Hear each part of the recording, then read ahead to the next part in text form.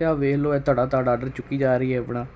ये पता नहीं इन्हों की सुशी वाली कोई आंदर वखरी है। जापानियों की एक आदत होंगी कि बाहर भी खाना खान तो टेबल तो घट गंद पाते हैं। हुण सारा गंद इन्हें इकट्ठा करके गंड मार के साइड पर रख दिता है। इन्हें हुण सेंस स्कैनर मारिया है प्लेटों के उत्ते तो सारा आर्डर जो ना वो मशीन के जो रीड हो जाएगा कि अस्सलाम वालेकुम। अज असी आए हैं सुशी खान। सुशी जी है ना वो जापान की जो ना मकबूल तरीन गज़ा है जापानियों की खास तौर पर।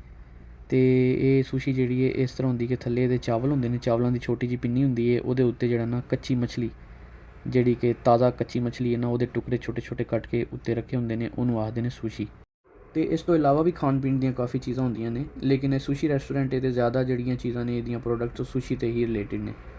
तो यह जिमें प्लेटां आ रही ने सानू इंजी आर्डर रिसीव होंदा, असीं टैब के जरिए आर्डर करने आ, ठीक है। टैबलेट जोड़ा है तो हर टेबल का एक खास रंग है, साडा नीला रंग है, ठीक है। नीले रंग के जी प्लेट आएगी ना वो साड़ी है। जिमें नीले रंग के प्लेट आई है, यह मेरी वाइफ ने आर्डर किया है। कच्ची मच्छी है तो थले चावल ने, तो मैं कच्ची मच्छी नहीं खा सकता। मेरा आर्डर भी आने वाला है। यह 4 प्लेटां मेरियां ने, 3 के 4। तो ये जड़ा ना शरिम्प है, झींगा जिन्हों असीं आखने, यह उबलिया हुआ शरिम्प है, उत्ते एक सब्ज़ी है, प्याज है तो मायोनीज़ है।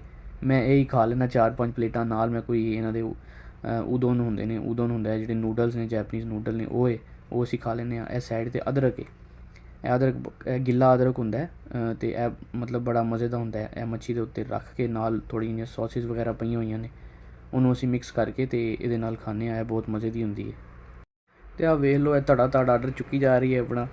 ये पता नहीं इन्हों की सुशी वाली कोई आंदर वखरी है।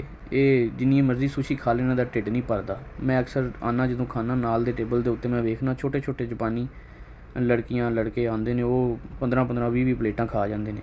तो मैं जरा 4-5 प्लेटां पुरबाश हो जाना। यह खास इन्हों की जी ना ग्रीन टी है तो यदी चमची जी इन्होंने इंज दी बनाई है कि ज़्यादा जी असी ना पा सके। यह ज़रा काफ़ी एक्सपेंसिव भी होंगी, नाले थोड़ी थोड़ी ही चमची बनाई इस वजह तो कि तुम थोड़ी जी इनू पाओगे तो इस तो बाद जो इन्होंने बंद कर दो। तो यह गर्म पानी नाल ही टेबल पर मौजूद है, जोड़ा कि कहवे के दौरान कहवा कह लो कि कहवे के तौर पर इस्तेमाल होंदा है।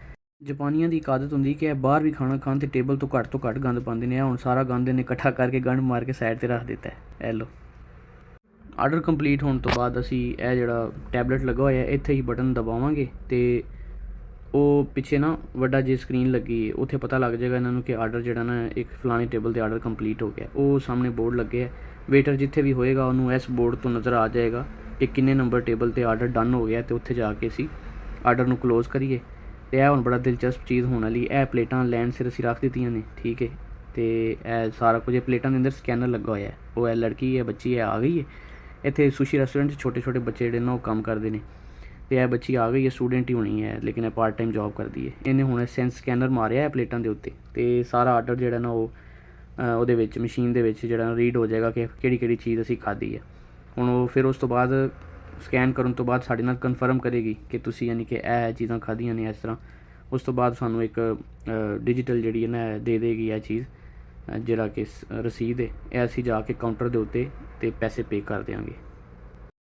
तो यह पेमेंट तो बाद साइड तो एक अलहदा पर्ची भी निकलती है। अगर तुसी कार पार्क की है वो पैसे होंगे ने, लेकिन तुसी अगर खाना खादा है तो रेस्टोरेंट की तरफों कार पार्किंग फ्री हो जाती है। जापान के ज़्यादातर पार्किंग जी वो पेड होंदियां ने जिथे रश हो, रश वाली जगह पर। तो यह मशीन है, इत्थे असी इस पर्ची में स्कैन करांगे, कार अपनी कार का जोड़ा ना नंबर कार का नंबर डायल करांगे विच, ते एक पार्किंग फ्री हो जाएगी।